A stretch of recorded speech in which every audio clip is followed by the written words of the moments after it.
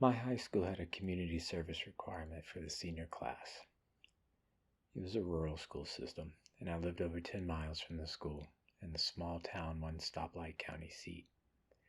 There were a handful of smaller towns throughout the county of several thousand residents, but except for a church or two and maybe a gas station, each of those labeled dots on the map was often no more than a number of houses built a bit closer together than the rest.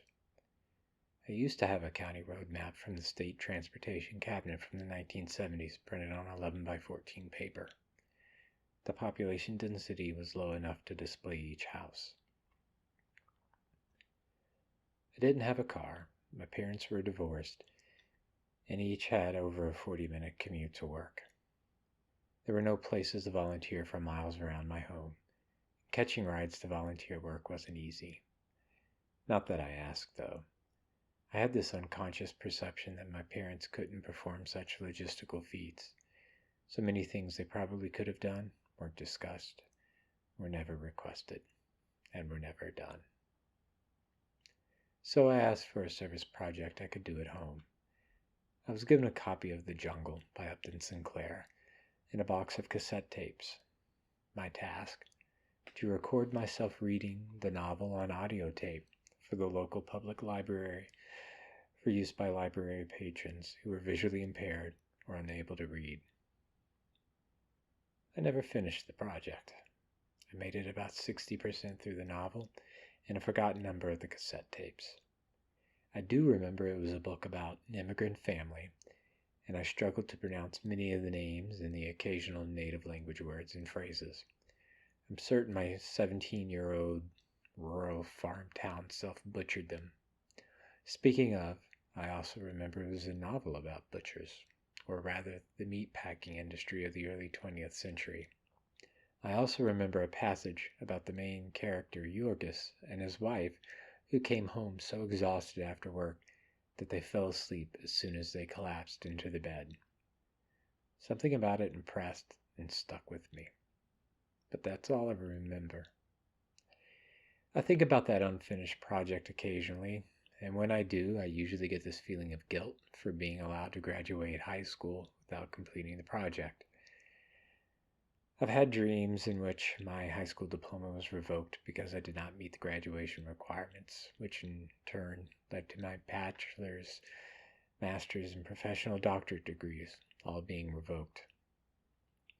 Fun fact: I've suffered from imposter syndrome for most of my life. Bet you never would have guessed, huh? So, here I am, 3 decades later, still thinking about that community service project I never finished, and how I got away with it because my high school guidance counselor probably marked my hours as complete when she handed me the book and the tapes, and then promptly forgot about it. To my delight, I learned The Jungle's U.S. copyright status expired and became public domain on January 1, 2022. It's been available on Project Gutenberg for much longer than that, though. When I asked ChatGPT how this could be, it explained that authors or their estates may allow organizations such as Project Gutenberg to distribute the works under special licensing conditions, while still maintaining the copyright and rights to royalties. I'm going to finish what I started and record myself reading The Jungle, not only for the benefit of library patrons in my hometown, but for anyone on the internet who enjoys listening to boring speakers read to them, because I am the boring speaker, and it's what I do. Upton Sinclair was a socialist and investigative journalist. He was employed by a newspaper called Appeal to Reason to work undercover in the Chicago meatpacking industry to report on the abysmal working conditions and wage abuses, which he called wage slavery. This was the inspiration for the novel, which the newspaper published in serial form over the course of 8 months. Because it was controversial and anti-capitalist, he struggled to find a book publisher, but finally struck a publishing deal with Doubleday in 1906. The version in the newspaper was edited for the novel, and there's some debate whether Sinclair made that edits for accuracy and readability, or at the behest of capitalist book publishers. It makes for great intrigue, but I'm not so sure. In writing the book, Upton Sinclair had hoped to spark outrage at wage abuse and working conditions of immigrants. Instead, the American public was shocked by the unsanitary practices in the meat packing industry, or as Sinclair put it, I aimed at the public's heart, and by accident I hit it in the stomach. Sales of American meat fell by half. 6 months after the novel was published, Congress passed the Meat Inspection Act and the Pure Food and Drug Act of 1906. The latter led to the formation of the Food and Drug Administration that regulates and approves prescription and over-the-counter drugs to this day.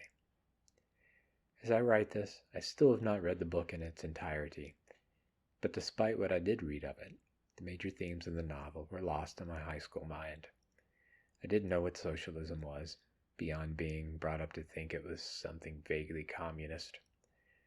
It wasn't quite the political boogeyman that it is today, but you get the idea. The novel sparked social outcry and change.